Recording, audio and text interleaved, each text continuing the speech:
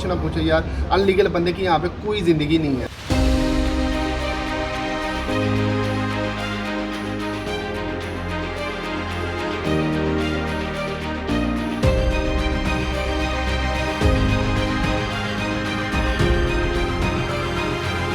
रहाइश इतनी गंदी है ना, कुछ पूछ नहीं सकते। 10-10 बंदे, 15-15 बंदे, 20-20 बंदे एक कमरे के अंदर रखे हुए हैं लोगों ने।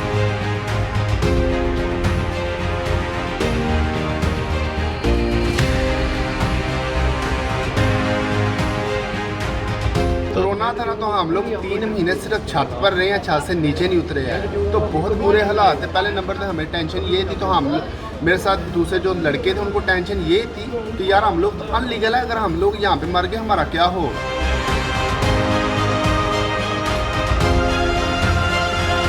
जो यानी कि बंदा अनलीगल है उसके साथ जो ये बीमार हो जाए, कोई मसला इस तरह का बन जाए, कोई ज़िंदगी नहीं है। कोई दो मेडिसिन ही बुखार की पैनाडोल नहीं देते हैं ये लोग, कहते हैं पासपोर्ट लाओ तो आपको मेडिसिन मिलेगी।